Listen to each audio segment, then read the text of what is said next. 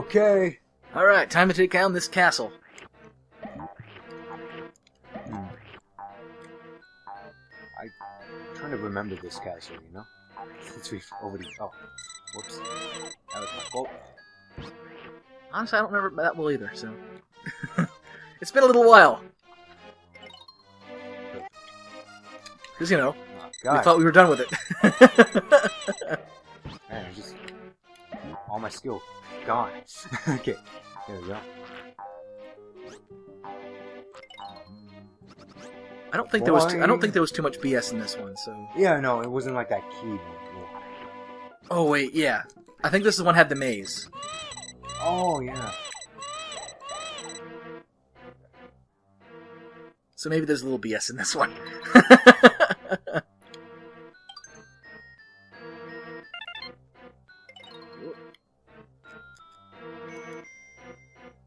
Ah.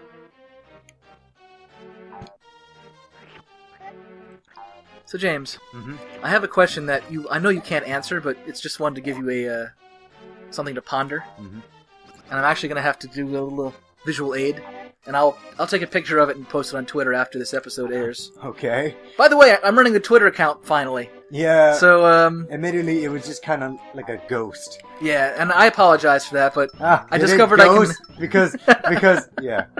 I'll stop now. I'm very sorry.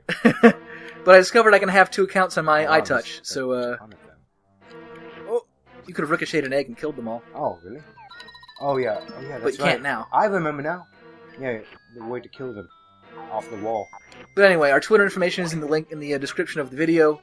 So if you ever guys want to contact us with that, feel free. I'll certainly get back to you. And we're gonna try to. We're also gonna try to be more active. Like we always post on Tumblr as well. But James is pretty active on Tumblr, so maybe he can. Yeah. So we're gonna try to be more active on that front. So I will definitely post a picture of what I'm about to go over. Whoa. And excuse me for a second. Whoa. All right, so James, the universe. Steven universe? No, just the universe we're in. Yeah. Think of our solar system. Yeah. All right. It's pretty cool. It's pretty cool. I like space. I do too. It's very interesting. Oh. Whoa! What the hell? I hit like my ass on nothing. Okay, you got to kill a slime. One of those. I think the last one is a slime. It's coming up around. I think it's that one. Yeah. Oh, yeah, there it is. So you got to kill him to get the key. So I know they're not exactly like lined up perfectly, but they're fairly lined up. All the planets in our solar system. You know, so we have this spiral shape going. So I'm just gonna draw real quick. Oh, my stars. Yeah. Basically, if you stay here, you're fine. Like, just don't go near the spikes. Oh, he's trying to get me near the spikes? That's adorable. Sir?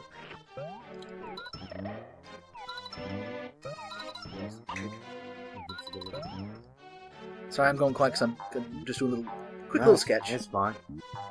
To sort of emphasize things. Where are you? Where are you, Mr. Slime? It's slime. Time to eat some slime. Slime time. So, when we look at, like, through our telescopes and the Hubble telescope, we're kind of looking out, right? Yeah. And again, I know we're not all lined up perfectly, but we are fairly lined up, almost lined up, because so that's why they think the Big Bang is a thing, because it's sort of in line with what would happen if an explosion happened. That's why the planets are lined up in such a way. My question to you is... Yeah. When we're kind of annoyed he's like taking forever. Like, I get it. When we are looking out into the space, we're usually looking outwards. My question is, what's below us and what's above us? I think maybe like Vsauce did like a video exploring that. Really? Because like it's Something interesting because it's like About, if we look like, out, we see planets and stars and all this sort of thing. But if it's like, you know, what is above and what is below, and are we even like? Well, how do you define above and below by our, That's true. Our own perspective? That's true. But like, even if we could, like, if since we're on a sphere, how do you actually look straight up and straight down, you know? Yep. And granted, like, our, the universe is so massive to begin with. Yeah, anyway, so, you're getting it, like, so it's like, solar system? yeah. So if our solar system is something like that, well, that's the sun, Uh-huh. and here we are, the third rock from it. Yeah. It's like, even though I drew it on the second, so there's Venus, but still. I know my... You ash, you forgot Pluto. Pluto's on there. I have 9 No, I know.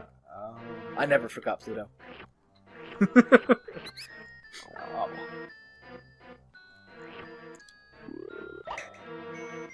So there's the keyhole. Need to find the key, which I think is a couple levels down. That's just to get red coins. Yeah. So, anyway, yeah, what are you getting at?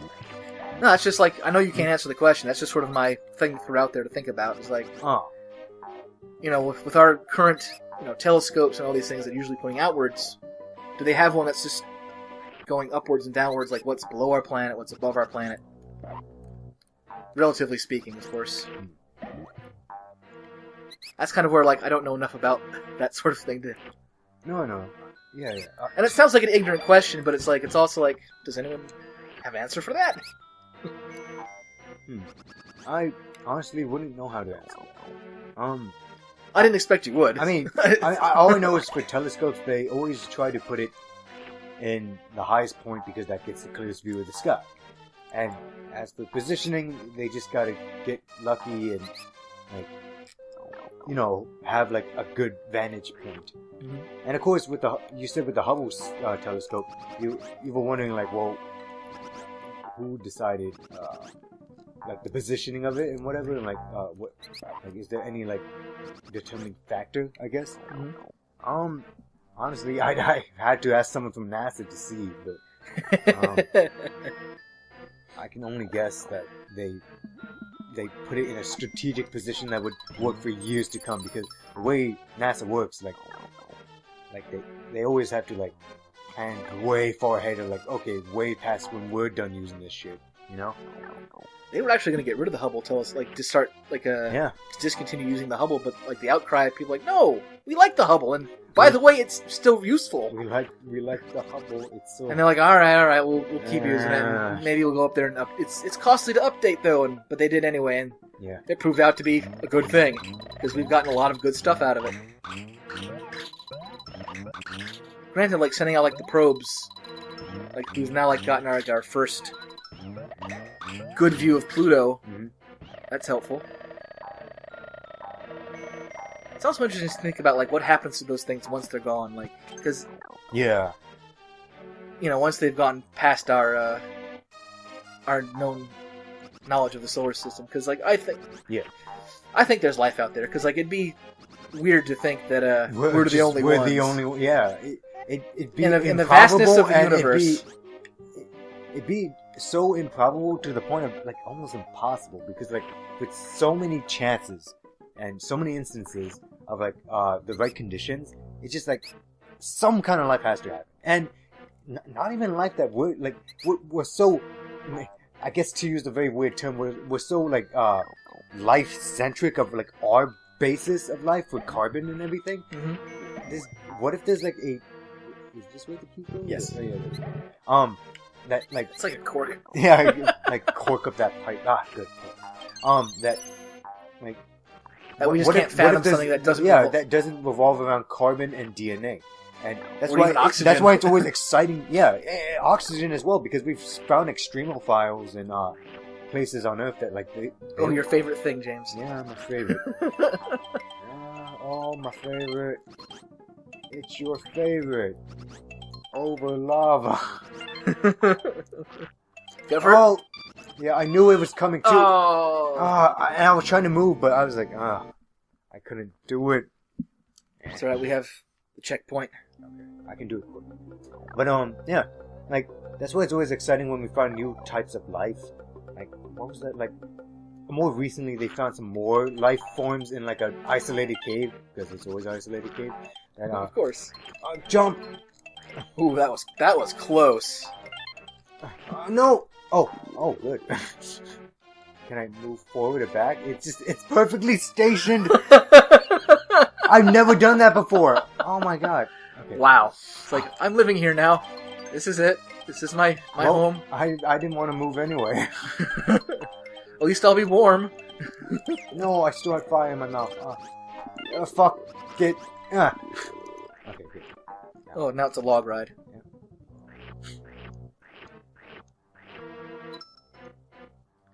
But the question of whether or not anyone will, visit our planet, that's probably unlikely. Space is always a fun place to explore, both in reality and fiction. Oh yeah. Recently, I watched a film called The Moon, and it's about a guy that works on the moon as a this is the future where many companies have cemented the method for farming resources out of space.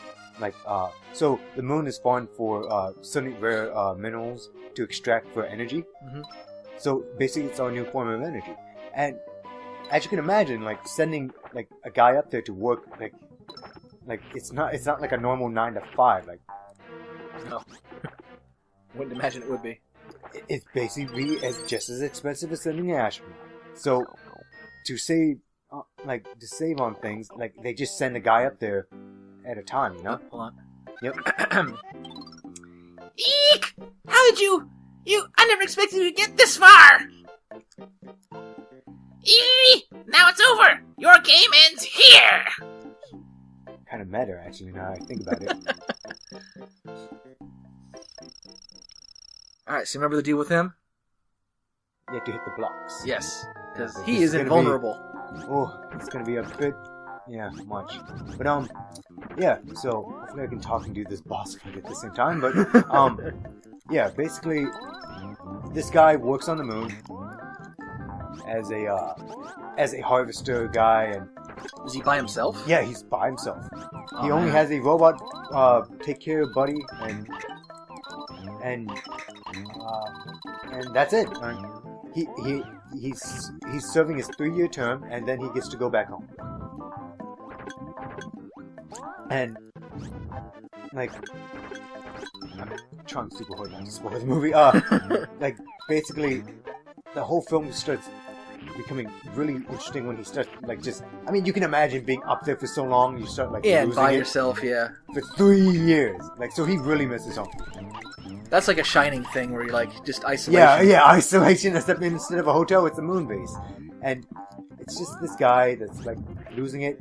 And this isn't too spoilery because it happens actually pretty soon in the movie. He meets himself, another him, and it's just well, what are the implications of this?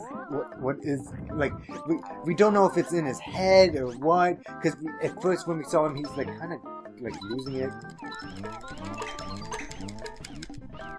Can't tell how your floor is doing. Yeah, I think you're a little too far up. It's pretty broken right there, but it's my safest spot. So.